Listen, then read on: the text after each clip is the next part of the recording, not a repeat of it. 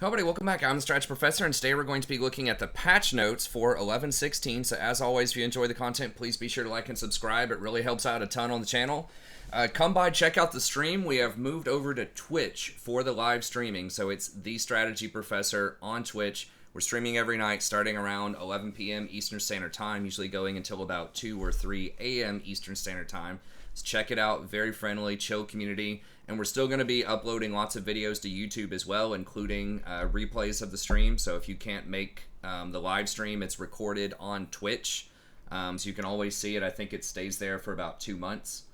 And then 24 hours later, I can upload it onto YouTube as well. So I'll make a separate video about it if you just kind of want to know why. But the general gist of it is I think Twitch is just a better fit at this moment for the live kind of content that we're doing, but we are going to keep the YouTube content as well. Speaking of which, be sure to check out all of the guides that we have on here as well. I'm going to start releasing more of those, and all of the tier lists and patch notes that I release for every patch. So I should have the support tier list hopefully coming out later today as well with the patch notes, so stay tuned for all of that.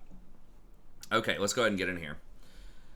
So Janna, they're lowering the damage, so on non-epic monsters, so she'll still have the same kind of ability to shred dragons and Baron, but the normal monsters that she encounters in the jungle is going to be a little bit less. So that's just her passive damage, which does matter, but it's only, what, 20% of her passive damage. So I'm not sure how this will affect her clear. I don't think it'll be astronomical in terms of how much weaker she is. It might take her a few more seconds to clear the jungle, but I'm not a jungle main, so I don't know for sure, and I definitely haven't played a lot of Janna jungle, but I know that is one of the big strengths of her right now, is that she does clear the jungle so quickly, so she can power farm, and her early ganking is not that great, so she does rely pretty heavily on being able to clear the jungle efficiently. So we'll see how much this matters. But again, this is not affecting her Q. It's not affecting just her base auto attack damage or anything like that. It's just the passive. So we'll see. But that might bring her down just a little bit. But I still think she'll be a pretty hard carry, like pretty decent jungler. Fiora Bladework. So I thought initially they were nerfing her Q, which would nerf her mobility by knocking it down a second. But they are only nerfing the E at, really at max rank. So that's only going to start mattering around, you know, level 10 or so once she gets a few points into it, because she's still going to max Q first. So kind of in the mid-game, into the late game, it might matter a little bit more. She's going to have a lot of cooldown reduction anyways, most likely, just because every item that anybody gets in Season 11 has a lot of cooldown reduction, except for Ardent Sensor or Staff of Flowing Water. But anyways, I still think she'll be pretty good at what she does, but I don't think she's overwhelmingly strong. I mean, she's okay, but there are so many other champions top lane that are similar that also hard dominate, right? If you think about Camille, you think about Gwen, like they're very similar sort of duelist split push types of champs that arguably are even better than she is in a lot of situations. So it seems a little weird that they're kind of singling her out, but I don't think it'll affect the meta too much overall. Jarvan 4, so he's getting an extra 10% of the target's current health. Remember, that does affect monsters, so that will help him clear, especially dragons, blue, red, and stuff with large health pools a little bit better. And then he is getting 180% AD ratio on Cataclysm. Now remember, I believe that's total AD, not just bonus AD. So this is a lot more impactful than it might seem at first, because he has pretty good base AD. So that's going to let him hit a lot harder, especially at level 6. So this is going to encourage kind of that one-shot nuclear Jarvan. So you might see, like Gore Drinker, Jarvan. I'm not really sure all the items he would get, but like a Gore Drinker AD type of build, possibly on Jarvan. Gore Drinker, Sterix, that type of stuff might be pretty good. I think he's in a decent position right now, especially if he's against immobile champions. He could be in a better position. I think his win rate's pretty bad right now. But, you know, being able to run up and dunk something like a Varus, who doesn't have a great way to get out of it, or Ashe is becoming kind of popular as well. So being able to dunk those types of AD carries is nice, because you can't cleanse out of it. You're just stuck in there, especially if you can one-shot him. So I don't know that necessarily he's going to be, you know, rising to the tops of the ranks, but This will help him out a little bit. Jhin, W damage increased, R minimum damage ratio increased. So his W is getting 10 extra damage, and his minimum damage on his ult's going to 25% of total AD. So that's just the minimum. That's if they have, like, no missing health. So it's not going to help him that much with the execute. So Jin's, like, he's okay. I think his win rate's all right. It just feels like the early game aggression types of champs, it feels like Tristana is just better at that right now. In my experience, just because she can gap close and just does such an extreme amount of damage in the early game and can snowball so hard because she has so much mobility, and she's just a bit safer against a lot of these diving champions than Jhin is, especially early on in the game. So he's all right. I think he'll still be probably tier 2. I think he's definitely a step down from stuff like Samira, Varus, Ezreal, if played well, that type of stuff. And probably even Tristana in terms of early game aggression. So this will help him out some, but I don't think it's going to move him too much in the meta, probably. He just doesn't synergize super well with a lot of the items that are meta right now after the nerfs to Gale Force. And a lot of people are just kind of on the Kraken builds right now, or blanking out, the shield item is becoming shield bow is really good, and he's not that great with shield bow. So it's just that some of the items that are becoming popular that are pretty OP, the shield bow and Kraken and that type of stuff, he just doesn't leverage that well. But he's not bad. He's just not great either right now. Karma, I think this is a massive nerf, most likely, to Karma. We'll see. But her early game aggression is going to get a little bit better. So her poke in the early game, if you're not landing autos, just long range poke is going to be better. So it's lowering the cooldown on your abilities by 5 seconds whenever you hit them with a spell, but your auto attacks no longer lower it. So that's going to make it probably better for ranged versus ranged matchups bottom. But it's going to be weaker, most likely, if you are a melee into ranged in a solo lane.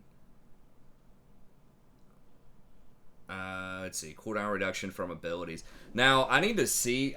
I don't remember if they fixed this or not, but her W, every tick of her W used to trigger her passive. So you would get 3 ticks of the W if you just put that on someone and stayed close enough for the root. So if that's true, that's going to be insanely good against melee champions, but I think they fixed that maybe last year or so. I'd have to go back and look it up. But I think that was one of the mini nerfs they gave to her over the years, is that her W only checks once. It might check twice, once on the root and twice again, once on the initiation and then twice on the root, but I don't think so. I think it's just one spell hit. But her Inner Flame does less base damage early on, so you are losing 20 on that, which that's not good. And the cooldown is up a lot. The mana cost is down significantly, so you can spam it more, but it does less for the first couple of levels.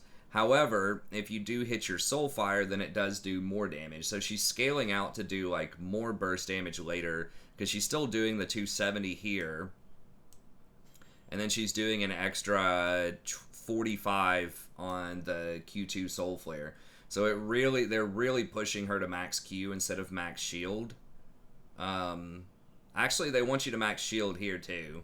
So I don't know. It's kind of weird what they're trying to do here with the design choice.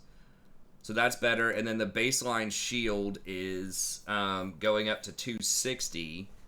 However, the bonus movement speed is always 40% now. So that's a massive, massive nerf. You remember the main thing, she was super good. I think it was spring of last season for a month, because her shield lasted for 2.5 seconds, or the speed on it lasted for 2.5 seconds instead of 1.5 seconds. So a lot of her power, kind of her hidden power, relatively hidden power, is the speed that she gives on the shield. And so nerfing it down to 40% at all ranks is a pretty big deal. So it's yeah, you do get 20 extra shield at the end, and that's nice, but losing 20% movement speed is huge, because I think that's non-decaying. It just lasts for the full second and a half. That was also something, if you remember, that nerfed Nami really hard. And why we haven't seen Nami in like a million years is because they removed, I think it was 20 movement speed off of her passive, something like that. And it doesn't seem like it's a lot, right? It's like, okay, this buff only lasts for a second and a half. Like, who cares? You know, you may not get 100 or 200 units closer to the target. But that can be the difference between getting that engage, getting that, or getting away and not, right? Like, movement speed is a very, very powerful stat. One of the most powerful stats in League of Legends. So, like, nerfing the movement speed is a big deal. And especially this one right here. 30% of the total shield amount and 30% bonus movement speed for everybody when she does her ultimate plus E, which is the main reason you play her. In the, like, you have early poke, which is nice. Other champions do that better, I would argue, like Zyra. But it's really transitioning into this late game, like Shirelia's for your team, basically, is one of the main reasons you play her. And now, instead of getting 100% movement speed for however long it lasts, a second and a half, you're only getting 30% movement speed. So that's an astronomical nerf. And it's saying that buff to nearby allied champions. Now, usually when something says that, it includes you.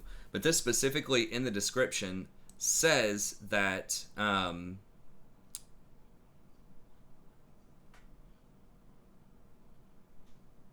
it only works on her. We're attempting to enhance of all players. I thought that they said that only grants allies bonus movement speed. So it does not work on you. It does not speed you up, from what I understand. I'm going to have to see it in action.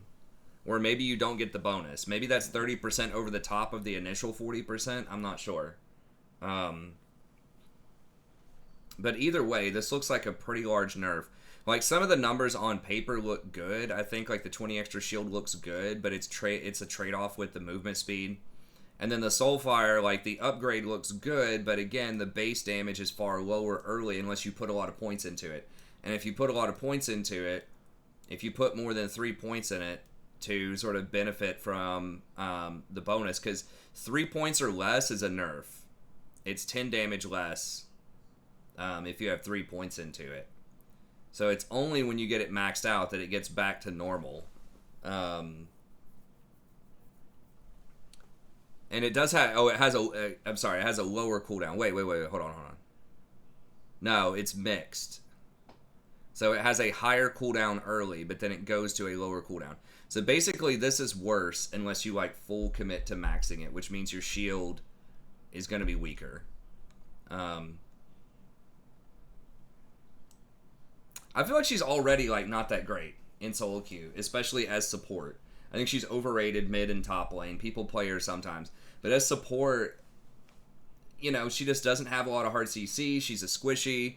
Her scaling is just not as good as other champions because she doesn't have, like, the bonus attack speed and the on-hit damage that Lulu gives. She doesn't have the Yuumi speed up, heal, AoE, like, ultimate that roots people for 1 3/4 of a second. She just doesn't have a lot of that raw power and raw scaling that the other, like, popular enchanters have. Janna, Sona, all of these give buffs to allies or have some form of hard CC.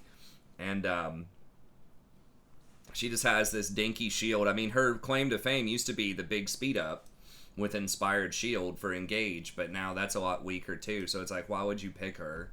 I mean, I guess, like, you do have, if you're really accurate with hitting those ultimates and hitting your Qs early, I guess you do have, like, pretty good harassment, but I don't know. This seems really, really bad, I think, for Karma.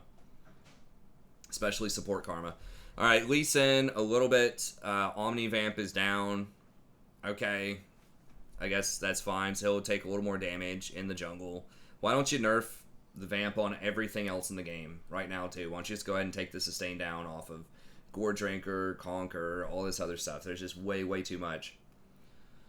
Okay. Lulu, Whimsy getting 1 extra second. I think she'll still be pretty good. That does matter because Whimsy is an extremely powerful ability. And that's kind of the bread and butter of Lulu, but I still think she'll be pretty strong. And then wild growth, 10 seconds. This one doesn't matter as much. Like, it sort of matters, but the thing is, you use this reactively. You don't use this proactively to make plays a lot of the time. So it's different from like a Leona ult or a Nautilus ult or a Rakan ult where you're looking to do it as soon as it's off cooldown immediately, right? You're not usually going to be flashing in and ulting. I mean, I guess you can sometimes in some situations, right? But you're kind of waiting on plays to develop, and then you are sort of layering your R into those already existing plays. So in other words, you can't force a play, or it's a lot harder for you to personally force a play to really leverage that extra 10-second advantage, right? So is it really going to be a big difference in a lot of situations where you don't have this ult for 10 seconds? Probably even less once you have cooldown reduction and stuff like that. Probably not. So I think this matters because 1 second is a big deal in a team fight. Like getting off 1 or 2 whimsies, the difference between that is massive in a team fight. So that 1 second matters a lot more than the 10 seconds, if that makes sense, because this is very proactive in a team fight versus this is much more reactive. And you're only getting one of these in a team fight anyway, so you just are waiting for a play to develop. Anyways, I think she'll still be good. Okay, Maokai, so he's getting a bit more healing. It's going 7%. That's quite a bit early for the passives. That's going to give him some more sustain for trading in lane and like solo lanes.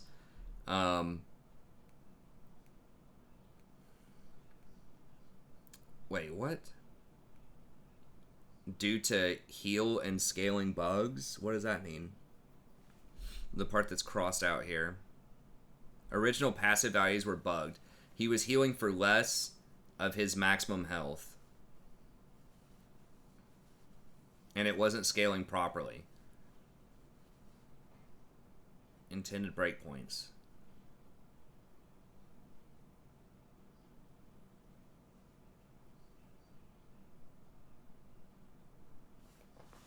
Heal from his maximum. Okay, it seems like more. I don't know. Okay, so he's healing for more, but the saplings are doing less. That's not a lot less, because you don't get a lot of AP with Maokai. Like, you usually get Mandate, which is only 40, and I guess you get the passive off of Mandate most of the time. So that's like 55, maybe 70 AP off of that, possibly. And then I think Demonic Embrace, which is the second item that you get, is going to have, you know, another 70, I believe. So that's 140, and then Runes, you might get to 160. So realistically, you're between 150 and 200, probably AP in a game, late game. And just having that scaled down to... Because the base amount's the same, it's 8%. It's just the AP scaling. The 0.7 or 0.1... Yeah, it's like 5 damage or something on that. It doesn't... It's not going to matter. Because 0.1 every 100 AP, I guess that's 10, right? So maybe it's like 15 damage off. Or something like that, off of the AP. So maybe you're losing like 15 damage.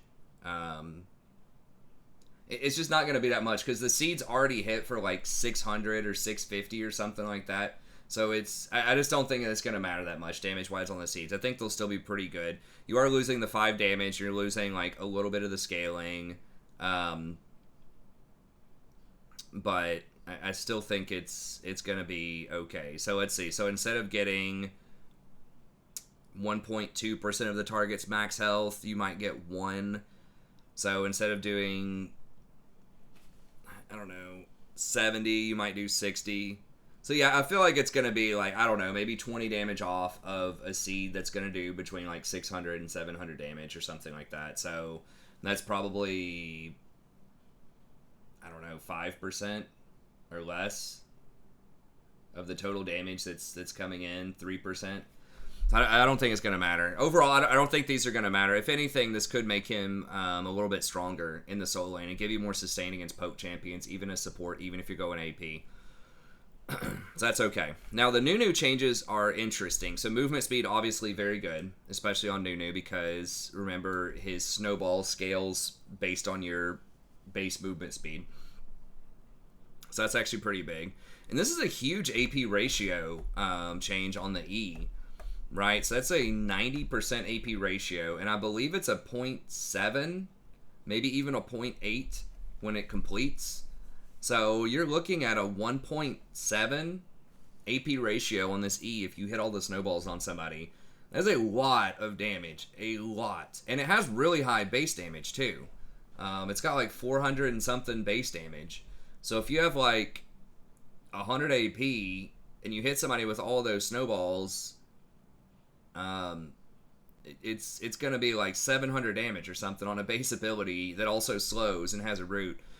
It's possible you could see Nunu support. I might try it out off of this, like a mandate into Demonic Embrace Nunu support.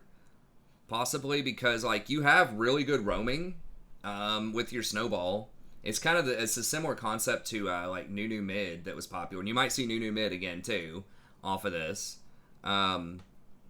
But he's got a buff for your ally. They get the extra movement speed. You get the movement speed. So he kind of likes to be near people anyways. He has sustain in lane from his chomp. If you take the relic shield, you're still like you're not taking CS from your ally. He can secure objectives with his Q. He can steal scuttles. He can go counter jungle something every now and then. Right now, maybe you're not going to do that all the time, but if you get ahead, if you get them pushed in, I mean, the scuttle's the big one, is that you can just go up if your jungler's not there, if they're on the top side of the map or something, and, you know, they're making a play up there and scuttle is spawned bottom and you can push them in, then, just snowball up, just like instantly take the scuttle. So I think he has really good gank potential, especially if you can secure those scuttles and use that movement speed to go in for a gank. You can gank your own lane with the W, which is very, very difficult to avoid for a lot of champions. He's going to have really high base damage, pretty good scaling with the AP, good utility with a lot of the slows. Don't forget that his ult also has a really high AP ratio on it. And the snowball, I think, is pretty good too. So, I don't know. I mean, it could be decent. The snowball is also good at interrupting hooks if you time it properly. So if like Leona is trying to go into you, if you just press W when she's going to go in, it will interrupt her E. Now, she'll probably still be able to hit you with Q, potentially, but he's pretty tanky as well. So, I don't know. I mean, maybe we could see Nunu support. I'm not entirely saying that would be optimal or great, but it could be a possibility. Okay. Shaco, good wave clear too, by the way, obviously, if you just snowball in and just hit the minions. Now, you got to be careful taking that back line. You want to make sure you're not killing the back line and taking that from your ADC, but it's something to consider. Okay, lots of weird bug fixes with Shaco. I don't think that's going to matter too much, probably. Sivir getting a higher base AD ratio. That's a much higher AD ratio on that W. If you max it, which pretty sure you max this second. So again, that's going to help her in the mid game. Maybe you max it first with these changes. I mean, going from a 70% to 90%. Because remember, that includes your base AD. It's not bonus, it's base. So that's really nice, especially if you're going for that lethality build, which is becoming so popular on her. I feel like her crit builds, are bad. I don't know. Maybe it's like, I mean, the Q is the marquee damage off the lethality, but I don't know. I feel like she's not terrible right now. I feel like she's okay. So that's a really good buff. Okay, Sonus changes. I think that this is a nerf early game and a buff late game, probably. That's how I'm reading this. So I feel like it's overall a nerf. So she accumulates these stacks of stuff by doing Sona things, by affecting allies with auras, or like hitting enemies with Qs, each bolt that hits an enemy, and then the W whenever you heal. Is it just heal?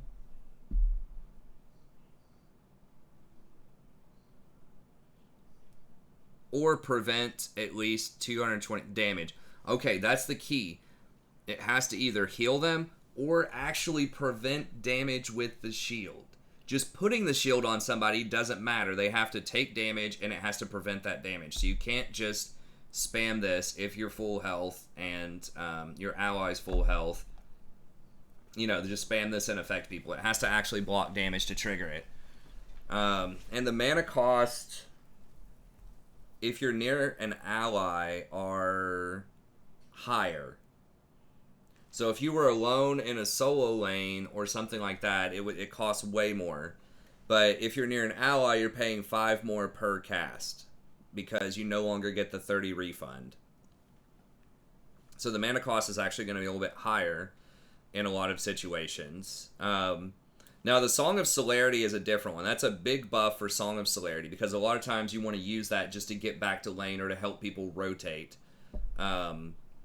So now if you're doing that solo to rotate, it's going to be a lot more affordable for you. You don't always have to have an ally near you. So that's actually really good. The E is going to help your mobility out a lot, that you're not going to yourself by trying to rotate to a fight. But I thought did they change the AP ratios? Because I thought they had nerfed the AP ratios. Maybe they changed that. Okay, so maybe this is more of a buff if they're not nerfing the AP ratios like they said they were going to do on the PvE. If they reverted that change, which it looks like they may have. It doesn't say anything about it here. Baby girl. Oh, God. Why do they say that, man? That just sounds so weird. She's not a baby. Or a girl. And she's not, like, particularly designed to be, like, sexy or something, you know? I don't know why they say baby girl. It just seems really weird and cringy. But anyways, we're replacing the mechanic with a new one that feels more like a reward than a punishment. Okay, well, maybe it's a buff. I don't know. So basically, like, until you get this fully stacked,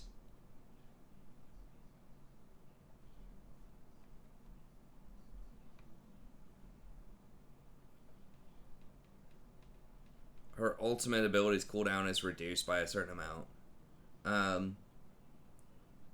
Non-ultimate ability haste per stack. Well, maybe this is a buff. Up to 60. Okay, wait. So she gets 0.5 per hit, and then you can get up to 60. So you can get 60 ability haste. Which, it depends on how much CDR you already have, but that is really good. But she did have ability haste on her ultimate as well. So I'm not sure what the breakpoint is on this. So pre-6, this is better because you're getting some ability haste where you wouldn't get any free ability haste until you get your ultimate.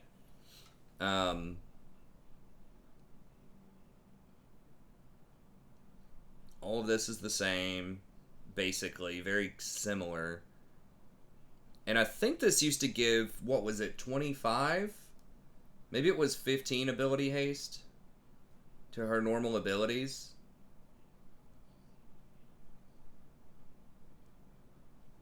This hits minions and monsters too, okay. You can wave clear with it, I guess. I don't know. Okay, maybe this is a buff then, since they didn't nerf the AP ratios. It just depends on how well you stack it in lane. If you're just constantly hitting people with Qs, I just don't know how fast you can stack it. My instinct is probably 20-30 minutes or more. I think it's similar. I think it's similar. I don't think it's going to change her position. She's still going to scale really well. She's still very vulnerable to all ends and engages. Maybe, like, late game, she's going to have... if she gets it fully stacked, she's going to have her ultimate up a lot more. It'll still only use it once per fight. but I think that's just kind of a win more. She was already very good late game. I don't think it's going to move her win rate that much. Maybe 1%. She's already got a pretty good win rate, though. I think she's already at like 53%. So it is fun to collect stacks. It does encourage a more aggressive playstyle early on. So I think that's probably a healthy design choice, but I don't think it's going to move the needle on the win rates that much. I think she'll still have success where she has success right now, and I think she'll still have weaknesses where she has weaknesses right now. So, okay. Tom Kench, a little bit less damage. He's actually been very, very good in the top lane this patch. So that was kind of a surprise. In support role, like, not as much, but good top laner. Just because now he has an escape. That's the big thing, is he never had an escape before, so you could pressure people really well with old Tom Kench, but if you ever got ganked, you were just dead. But now you have a very, very good escape with your W. That can also be a sticky, like, engage / just gum up a team fight. So he's got, like, better team fighting than he used to have, and he has a good escape. So his base damage on his passive is going down a little bit in early levels. And that can stack 3 times. So that will add up, you know, in extended trades, right? Instead of getting 36 per hit, you're getting 24. Base heal, I don't think that matters as much. 5 less heal every time you hit a tongue lash. Probably doesn't matter too much. I mean, you have your gray skin for healing as well. He has pretty high base regen. I still think he'll be pretty good. I think he's an interesting champ to have in the meta, like a sticky tank type of champ that can maybe go toe-to-toe, at least in the early game, against some of these other, you know, hyper carry champs top. So yeah, I think it's a little bit of a shame they're nerfing him. I don't think he's too overwhelmingly powerful, and I like to see something that can maybe stand up to the Irelias, the Camille's, you know, all of that garbage permeating top lane. Okay, Vladimir, pretty good AP, like, conversion on his passive, basically. I don't think that's going to matter too much. I think the itemization's just, like, not great on him right now, but... And so many other champs have so much lifesteal anyways, it just kind of invalidates his specialty, right? Like, he felt like a special champ when he was one of the only people that had really good sustain, and you could out-sustain people through teamfights. But now that everyone has good sustain for free, with no sacrifices on all of their items, then he just feels a little less special. So... it's good. I don't know if it's going to affect him that much. Also, don't know that he's, like, horrible. He's just not played that much. He doesn't bring that much utility, like CC or buffs to people. He's just straight damage. Okay. And they're, like, Wit's End is so popular right now, and I don't think they're nerfing Wit's End, and it's just such a hard counter to, like, these AP mage type of champs, because you just don't give up any damage anymore, and you just get free magic resist. So that is kind of rough.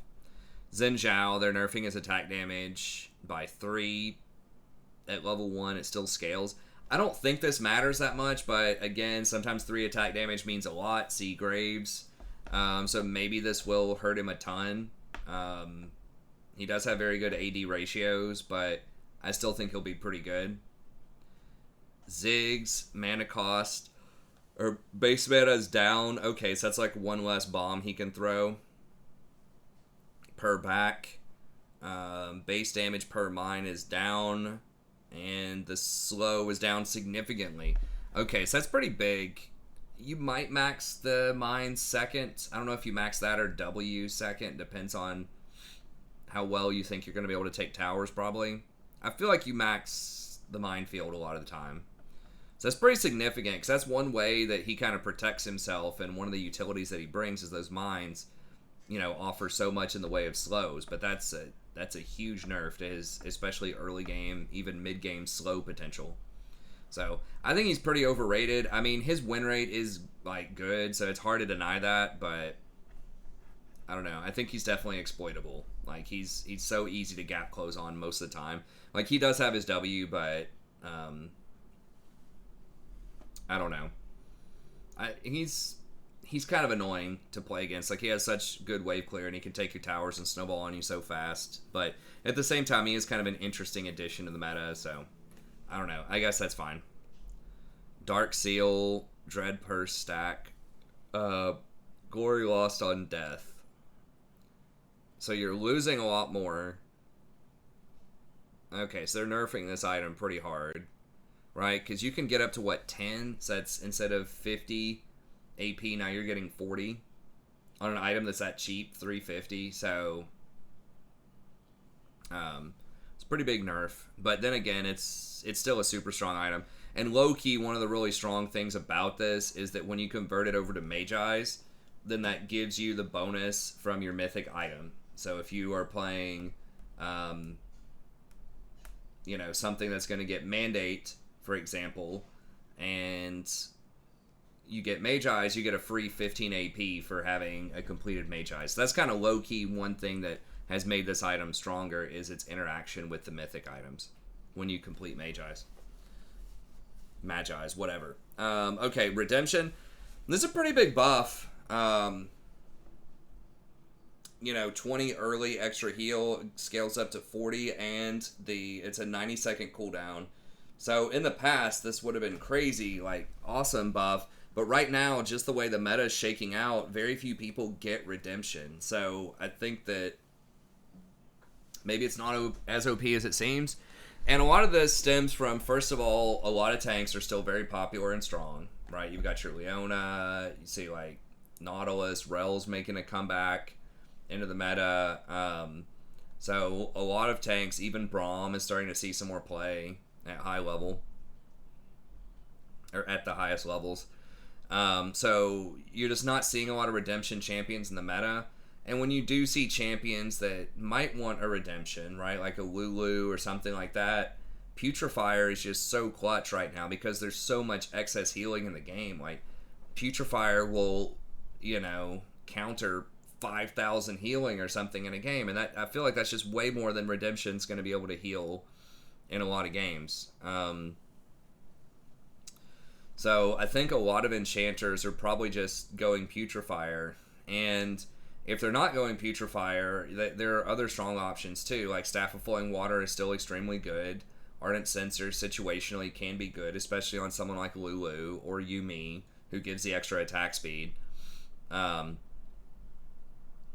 So it's good. You really want Moonstone with this, if anything, but Moonstone did get buffed a few patches ago, so, you know, maybe you can see this on a Soraka, maybe on Yuumi, someone who might like to get Moonstone, but I still think Moonstone is pretty underpowered compared to something like Shirelia's.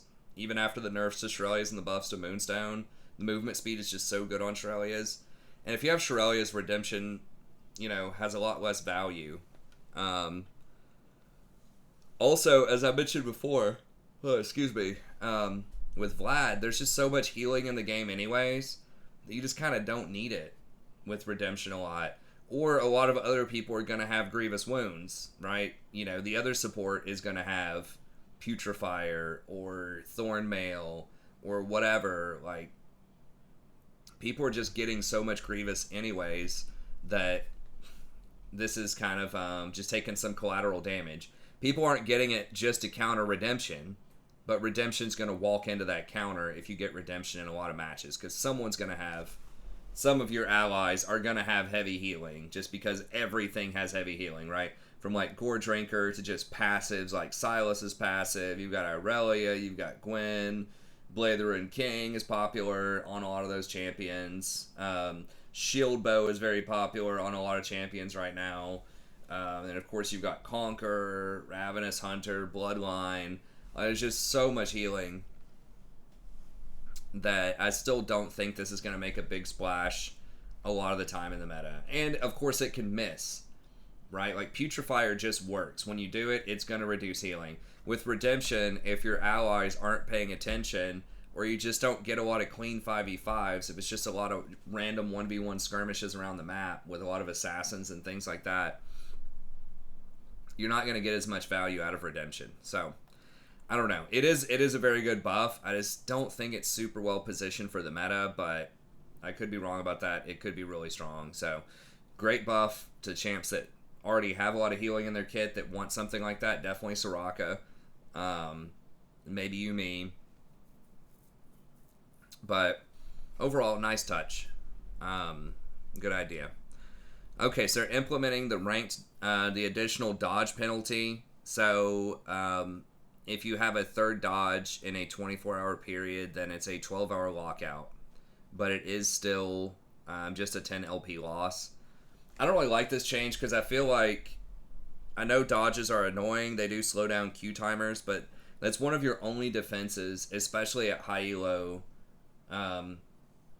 against autofill, right? If they're going to have autofill in the game, I mean, how are you supposed to climb if you have to play out games where you have like 3 people on your team autofilled against one tricks on the enemy team? You know, that's just the nature of kind of what they have to do with the random queues and things like that, and I understand that. Especially at higher elos, you know, the queue times are already so long, there's just going to be a higher instance of auto-filled people. Because if you're playing in Masters, you don't want to wait for an hour-long queue for everybody to get their position and everybody to be a Masters-level player. So how do you deal with that? It's like, well, you dodge. I mean, dodges also increase queue times. I mean, that's a curious thing to think about. It's like, okay, what if there was no autofill, but there also were no dodges? How much would that affect queue times? Be interesting. You know, they say they have to have autofill, so I think you have to have dodge. Now, if they want to do this, as I've always said, what you need to do is reveal enemy names in solo queue, right? This would have a ton of benefits. First of all, it would help you mitigate the most egregious cases, right? Where you have someone who's auto-filled against a one-trick. Now you can help the autofill person by banning out the one-trick, right? So if your top laner's autofilled and they're playing Malphite and they are, matched up against a one-trick Fiora, you can get that person off of Fiora. They're still probably going to have an edge because they can still play something else, Gwen or Camille or, something like that, a good duelist. But now at least you take the worst case scenario off the table, right? Instead of your Malphite having a 10% chance to win top, maybe they have a 30% chance to win top now. So I think that would help mitigate a lot of really bad scenarios. So that's missing. It would also help, with streamers at a really high level, like against stream sniping. Because right now, they can get banned out if they're a streamer, but the streamer can't return the favor and ban out someone else on the enemy team, so they're not going to know who they are. So it would put everyone on a much more equal footing. It would also encourage more diversification of play, so that when someone gets auto-filled, they're going to be better. So right now, if it was that same Fiora one trick that has to play mid because they play Fiora every single game and they never play their second role, then they're just going to be terrible at it. Versus if they diversified and played different stuff, or another scenario, their one trick gets banned. Maybe they one trick Thresh in the bot lane, who gets banned a lot. Thresh gets banned, they're going to be much, much weaker players because all they can really play is Thresh, right? Versus with the nameplates in effect, you're discouraged from one-tricking because you could get banned out a lot, and therefore your champion pool is going to be much more diverse, right? So if that Thresh gets banned, now you've all of a sudden had more practice on Nautilus or Rakan or Leona or whatever, so you're going to be a more well-rounded, stronger player. So I think that the one thing is people like to one-trick. That's the one negative. People like the fantasy of one-tricking, of claiming ownership of a champion, and they have lots of systems in the game that encourage that, right? So they have the mastery system where, you can spam your mastery 7 on a champion, which doesn't mean a lot, especially at higher elos for, people just care about your rank. But for people, the silver warriors that have been playing League for 3 or 4 years, and they've got 1,000 games on their favorite champion, but they're just always in silver 2. This gives them some bragging rights in their mind. It gives them something to be proud of, to say, hey, I've got 1 million mastery points, or I've got 3 million mastery points on this champion. yeah, challenger players are going to scoff at that and say, okay, but you're still in silver, right? But the reality is, like, it is kind of a feels good. It is something that a backup, something someone can take pride in if they're not proud of their ranked bracket. And I think silver is fine. That's average play. That's fine. I don't think that there's necessarily anything bad, about being silver. But it just gives you something else you can take ownership in, you can have pride in. And they also have that Eternals thing that they started, which I think has largely been a flop. I don't have financial numbers on it, but just unlocking, different cosmetics or something whenever you do so many things. So you land so many thresh hooks or you do other stuff. So again, it's trying to give you a goal, something you can work towards when you're not climbing. Because realistically, most people don't climb a lot in solo queue. So to keep them playing the game, you have to give them carrots on sticks that are something other than ranked. Like, ranked is good, but you have to give them something else. And the way they've done that is by integrating these things that encourage you to keep playing the same champs. Through the Eternals, through the Mastery system. So they're invested in that. And a lot of one-trick people, buy all of the skins. I don't know if they're more likely to buy skins than someone who's not one-tricking. I don't have any data on that. I'm sure they do. That'd be interesting to say, okay. Because on the one hand, you could say if someone one-tricks, they're really going to love the champ, and they'll want to shake it up some, though. Right? Because playing the same champion, hundreds and hundreds of times for some people might get boring or lame. So how do you adjust that? You have different skins, right? You have 8 different skins for the same champion. So someone might be willing to buy all of those skins if they're playing Thresh every game so they can mix it up, right? Versus, I could see that reasoning versus someone who just plays a whole bunch of different champions. They're feeling the shakeup naturally. Like, they're getting different visuals and a different experience naturally without having to buy skins. Just the base, the base appearance of these different champions might be enough to satisfy their need to feel some diversity and to feel something that is a little different every game. So maybe someone who plays diverse champs is less likely to buy skins. I don't know. I could also see another line of reasoning that says, well, if you play a whole bunch of different champions, you're more likely to buy a whole bunch of different skins. Maybe you buy 1 or 2 skins on each champ that you play because you like to play with the skin. You don't like to just play with the baseline appearances. So I don't know which line of reasoning is correct. I don't have the data on that.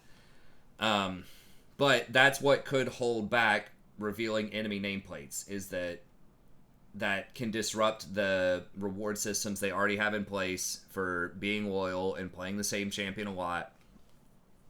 And that could potentially affect skin sales if the first scenario I described, where someone who one-tricks is more likely to buy more skins. I don't know. But I think ultimately that would be a healthy way to get better matches in the game. And if there are better matches, people would need to dodge less. That's what I was ultimately getting at. Because right now, this feels punitive. It feels like if I'm trying to climb and everyone on my team just keeps getting autofilled, if I just have a string of bad luck, then there's nothing I can do about it. I just have to play it out, waste 20 minutes of my time because I don't want to get a third dodge and lose LP anyways, and be in a worse mood, maybe be tilted, all that kind of stuff if you're just an average player playing the game, right? So I know dodges increase queue times and that feels bad, but the reason that people have to dodge is because of autofill, and autofill is so bad because you don't know who's on the enemy team and you can't use your bans to help neutralize some of the biggest inequities in the queue.